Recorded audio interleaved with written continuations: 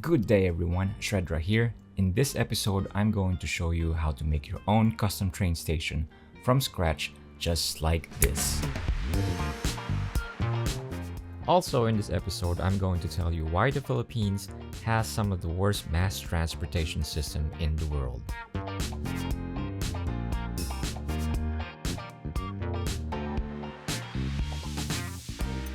So you've downloaded a bunch of train station assets in the workshop. You also bought the Mass Transit DLC and Train Station Content Creator Pack.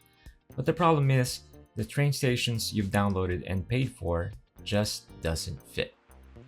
Just to give you an example, this train station asset is from the Metro Overhaul mod, I think. Don't get me wrong, this asset is pretty amazing. But the stairs and pillars just keeps getting in the way no matter how I move it. The problem with these custom assets is you have to plan and build your city around them instead of the other way around. So with these very simple steps, you can build your own train stations the way you like it and matches the layout of the roads and buildings in your city. The mods you're going to need for this build are Find It, Move It, Find Road Anarchy, Building Anarchy, Prop Anarchy, and extra train station tracks. Procedural object mod is optional, you can just use Move It, but I find it easier to make very precise adjustments using the procedural objects mod. If you don't know how to use procedural objects, watch this video till the end as I will show you some basic tips and tricks on how to use procedural objects. I will tell you the assets I'm using as I go on, and the links to these assets and mods will be in the description below. Now, let's begin. First thing you need to do is to enable Anarchy by pressing Ctrl A. You'll know that Anarchy is enabled when Chirpy is on fire. Then go to your Transportation tab. Under the Trains tab, you'll find several train station tracks with different configurations. For me, I'm going to be using the elevated concrete with wires. As you can see here, the station only comes with the tracks, no platforms or anything, that way you can build stuff around it. I'm going to adjust the heights of the nodes, that way it's just sitting on the pillars. You have to make sure both nodes are at the same height. You can do that by selecting the node you want to adjust. Click on the toolbar in Move It mod, and then Align Height tool. Select the 2 object height, then select the node with the correct height. I'm sure there's a hotkey for this, but I'm just too lazy to research. And now it's time to put the train stops. Now, this won't function yet. You'll see train stopping, but no passengers will use the stop. That's because we have to build a pedestrian path around them. I'm using Pedestrian Path by Klus. I don't know if I'm pronouncing that correctly. Let me know in the comment below if you're watching. Then make a T intersection for the main hallway. Then another T intersection for the platforms. Get the platform path as close as possible to the rails. Then you can copy and paste on the other side. You can manually delete the pillars, or you can disable the pillars if you are using the Network Skins mod. Adjust the height, then connect them to your main pedestrian path. Before adding the platforms, make sure all the nodes are in the same level. Let the game run for a bit and watch if the pedestrians are using the train stop.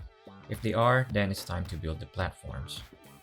You can use any platform in the workshop, but the one I'm using is called JP Platform Basic Pack by Hanamaru.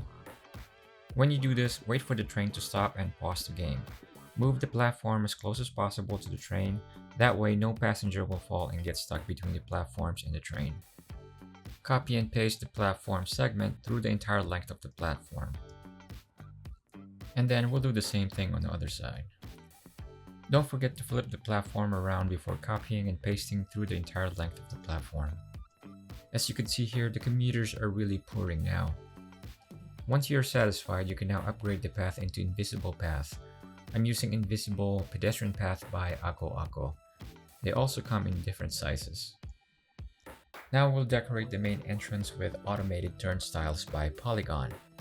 Because nowadays, nothing is for free, my friend, except for this tutorial. So smash the subscribe button if you'd like to see more tutorials just like this. Now, before we add the stairs, we'll need to fix these ramps. You can use the Node Controller mod, press the Alt key while selecting a segment, then change the direction length to 0 for both sides of the segments. This will create a sharp transition between ramp and the upper and lower segments. Now you can add the stair props. I'm using JP Stairs by Casagiso. Now let's add more decorations. I'm using these parking barriers by Spence as security booth. The windows are tinted, so they could watch your every move. Or so you couldn't see their move on TikTok. I don't know about you, but this is very entertaining.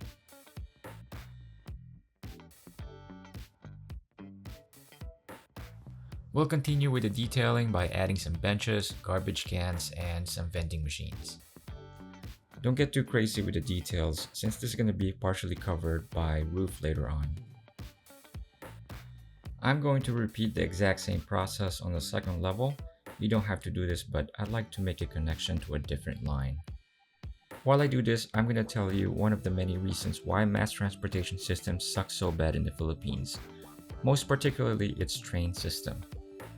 This is an image of the district of Cubao, Quezon City in real life. This is the Cubao Station MRT line, and this is the Cubao Station LRT line too. Notice how far away the stations are from each other? You're gonna need to walk at least half a kilometer to transfer from one line to a different line. If you are a daily commuter or a person with disability, an elderly person, or a tourist, you are shit out of luck. You'd rather take the jeepney or taxi, which kind of defeats the purpose of decongesting the roads.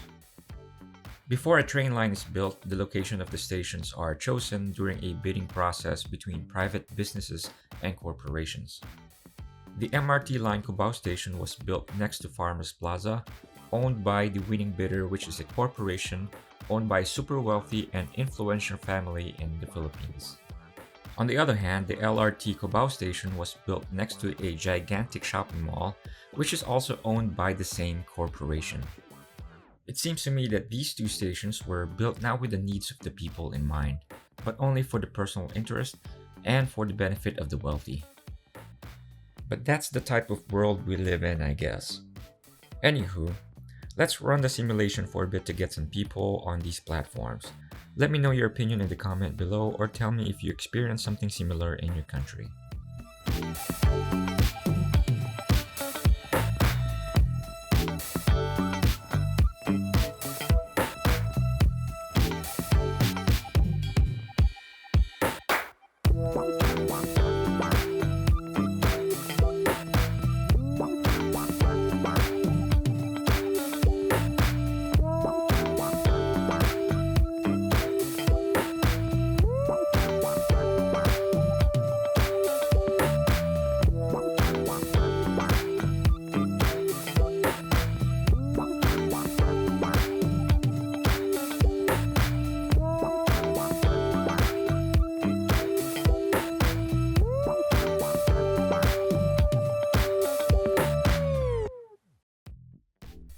Alright, like I promised, I'm going to show you some tips and tricks on how to use the Procedural Objects mod.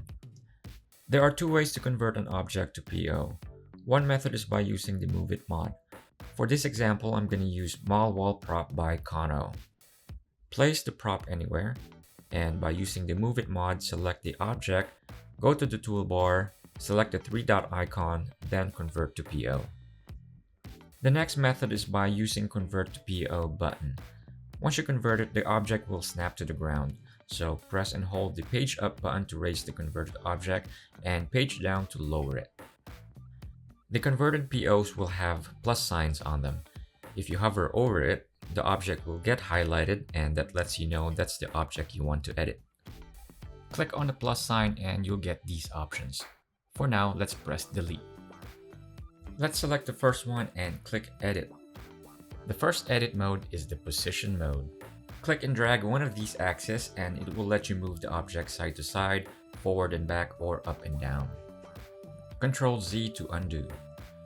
Press tab on your keyboard to go to the next edit mode, which is the scale mode. The controls are the same, just click and drag on one of the axes to scale in one direction. But you can also press page up and down for uniform scale. Press tab again for the rotation mode.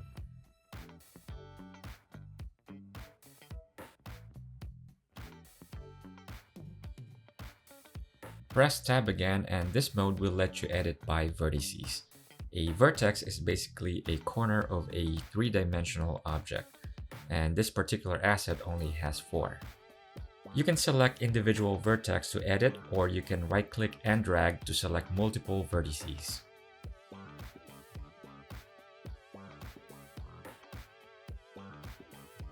You can press tab to cycle through the scale and rotation mode, or you can select them on this procedural object panel.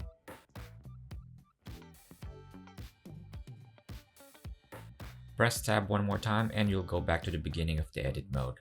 Press escape to exit out of the edit mode. Down here you can change the hue of the object.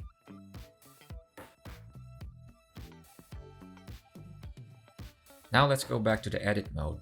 Holding the Shift key while editing will allow you to have smooth movements, and while holding the Alt key will let you edit in small increments. Holding both Shift and Alt key together will let you edit even smaller and precise movement. In the position mode, holding the Control key while clicking and dragging on any axis will let you duplicate an object. So that's pretty much it for the basics of PO mod. There are many great things you can do with this mod. Hopefully this will get you started. If there's anything you'd like to learn about this mod, let me know in the comment below. I'm going to continue detailing this platform.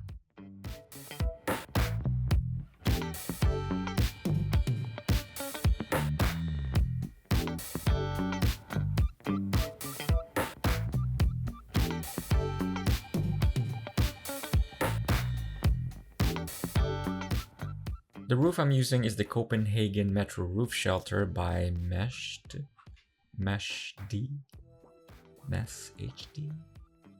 You can choose any shelter roof you like in the workshop. I chose this one because it's transparent and I want to be able to see and still showcase what's going on underneath. Otherwise, the detailing was just a waste of time and computer resources. Anyways, I'm done with detailing and talking. Let's roll the cinematics.